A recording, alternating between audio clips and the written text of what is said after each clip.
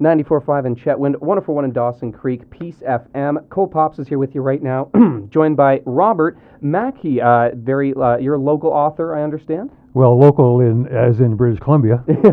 Very true, very true. And he's actually going to be at your Chetwynd Public Library tomorrow presenting a couple books, Submarines, Canada, and we also have Terror on the Alert with us right here in studio. I want to welcome you to PeaceFM, Robert. Well, thanks very much.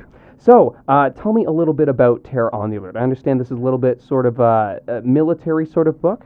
Well, sailors would say it's not military, it's naval. Naval. But in any event, Terror on the Alert is set in the Canadian Navy during the Cuban Missile Crisis. Oh, okay. And the Alert is actually an A-class submarine, and so it's a submarine thriller. Wow, I just learned like two new things from that one sentence right there. So yeah, with the Cuban Missile Crisis, you always hear, I guess, a lot about, what the Americans were doing at the time, but I guess there wasn't really too much commentary on what, the Canadians were going through, I suppose, at the time. Yeah, it was a very interesting time because the Canadian government, Prime Minister Diefenbaker, didn't really get along with Jack Kennedy all that well.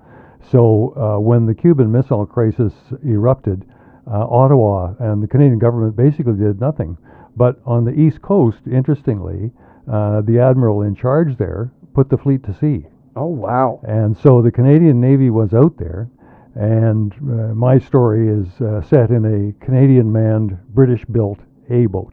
So this is a non-fiction book, or is it a This is fiction. Fiction story, I guess, but sort of based on what was happening on real events? Correct, yeah. And I do have a bit of a background. I served in an A-boat at one time myself. Oh, wow. So how was your experience on that? Well, it was pretty hairy. It was always interesting. I'd imagine. Yeah, they were a World War II design submarine, so pretty basic machinery, but they worked. They could do well. And when you were in so how long, I guess, in periods of time would you have to be, I suppose, under the water in this submarine and, on duty?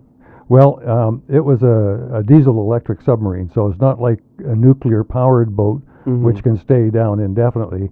We would have to put up a snort mast to suck air in to run the diesels.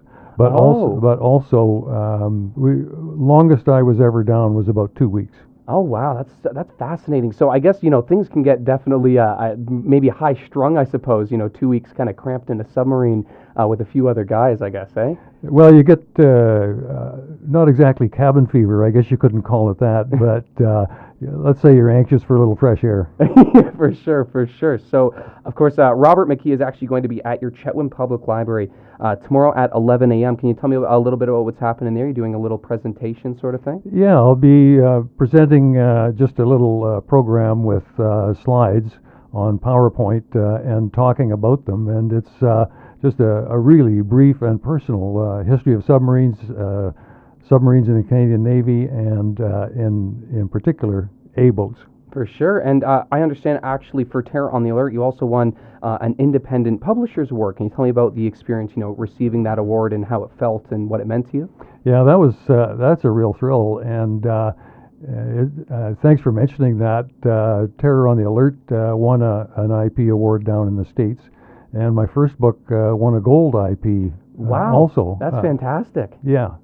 That's really, really great. And of course, it's totally free to come tomorrow if you're listening in now. You don't have to pay a cent. You can come on out and see this great author for yourself. So is there anything, I guess, you'd want to, maybe say to the public that's listening in right now to sort of draw them in, I suppose? Sure. I'd be only too happy to chat to people about writing and, of course, about submarines or the cavalry, which was the subject of my first book. Very good, very good. So tomorrow, we don't want to spoil too much about it. You're going to have to come on out and see him for yourself. Really want to thank you for joining us on the show today, Robert. My pleasure. Thank you. This has been Cole Pops for Peace FM.